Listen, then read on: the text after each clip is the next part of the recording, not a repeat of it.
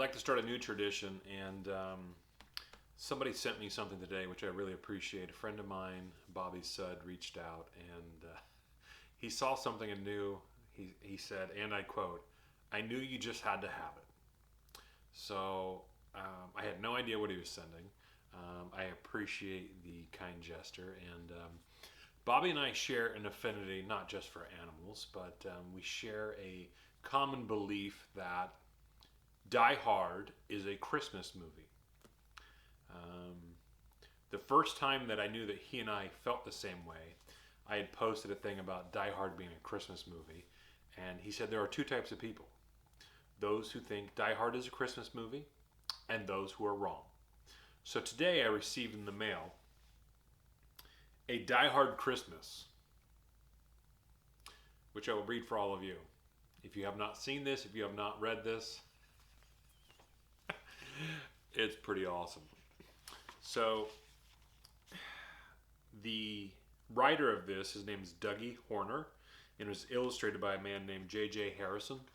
So I appreciate their efforts on this. If you have not seen this, if you have not checked it out, definitely do so. You can find it on Amazon. It's literally called A Die Hard Christmas. If you have any of those friends that enjoy this as much as I do, I'm sure they'll get a kick out of it. 'Twas the night before Christmas. Up in the tower, everyone was partying except for one wallflower. John McClane missed his wife. Things just weren't the same since Holly moved out west and changed her last name. He tried to win her back, but she still said no, while unbeknownst to them, there was trouble below.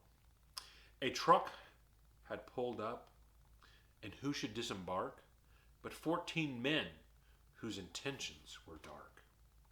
They spoke not a word and unloaded big crates. They cut the phone lines and locked all the gates. Carl swept the ground floor, shooting every guard dead, while visions of bearer bonds danced in his head. John took off his shoes, making fists with his toes. It actually worked. Well, what do you know?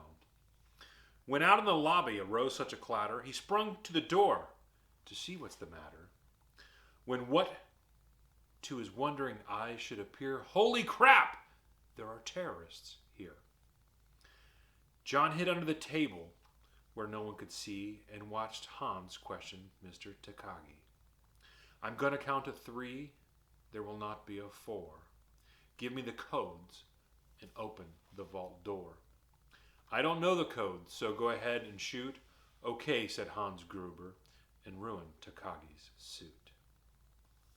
John tried calling the cops by pulling an alarm, but instead called the bad guys who tried to cause him harm. But John killed Tony, who had very small feet, and sent him to the terrorists as a Yuletide treat. He put on a Santa hat on the German, and his eyes aglow, wrote, "Now I have a machine gun, ho, ho, ho." Carl was furious. Tony was his brother. He chased John across the roof, and they shot at each other. John was able to escape through the ventilation shafts. Come out to the coast, he sighed. We'll have a few laughs. At Nakatomi Tower, Sergeant Powell appeared. He checked the whole lobby and saw nothing weird. He was pulling away, but didn't get far, before Marco landed on the hood of his car. Pal drove away backwards, screaming in fright. Welcome to the party, pal, John yelled with delight.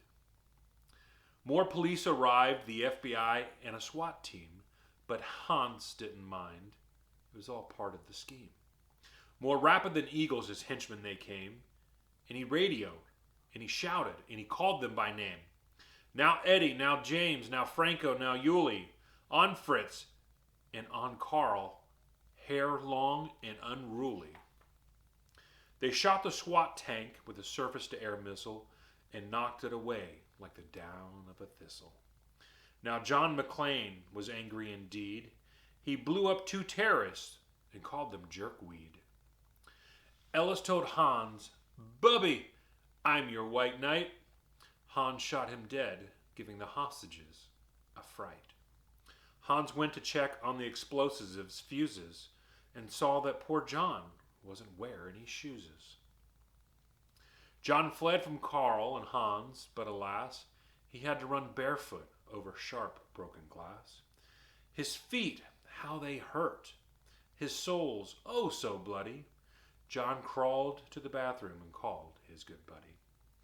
John was weary and ready to throw in the towel until he got a prep talk from Sergeant Al Powell. Powell was a chubby and plump, a right jolly old cop. He trusted that cowboy in a tattered tank top.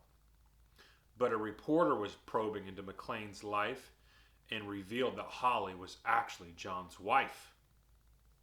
Hans quickly flipped over the golden picture frame. It's a pleasure to meet you, Mrs. McLean. His clothes all tarnished and ashes in soot, John staggered to the roof, bloody and barefoot. The explosives were wired to the rooftop with care in hopes that soon the hostages would be there. John warned everyone the roof would soon blow as the chopper strafed with him with high-powered ammo. Around his waist he tied a fire hose tight, and a screaming and oath he jumped into the night. He dangled in the air and gritted his teeth while flames encircled the tower like a wreath. Fiercely fighting his way back inside, John yelled, "Hans!" He is done trying to hide. He limped to the vault like an old man on crutches, only to find Holly in his filthy crutches. John dropped his gun and put his hands on his head. It seemed he and Holly would soon be dead. But he had a secret gun taped in his back. John shot Hans in a surprise attack. Hans fell out the window, still holding Holly's arm, and slowly, deliberately raised his firearm. The tenacious villain held on by his nails till John unhooked Holly's watch and said, "Happy trails." Bearer bonds fluttered like fresh fallen snow, and Holly embraced her blood-splattered bow. So, Merry Christmas to all. Be kind to one another. And most of all, Yippee-ki-yay, motherfucker. As soon as I opened the box and saw what this was, I couldn't help but laugh. It was awesome. Bobby, I appreciate you, brother. Appreciate your shared sense of humor and your dedication to animals. You take any opportunity you can to speak up, and we all need to do that. It doesn't matter what's going on. We need to take any occasion we can to speak up for the animals, to plant seeds, to encourage others to start making changes in their lives.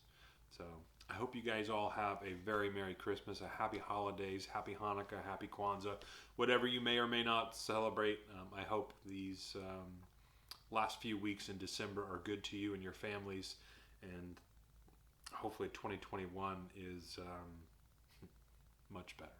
So if you need a last minute gift for someone, maybe a little late, but you definitely can check out A Die Hard Christmas. It's sure to be a good laugh. So Merry Christmas to all, to be kind to one another, and most of all, Yippee-ki-yay, motherfuckers.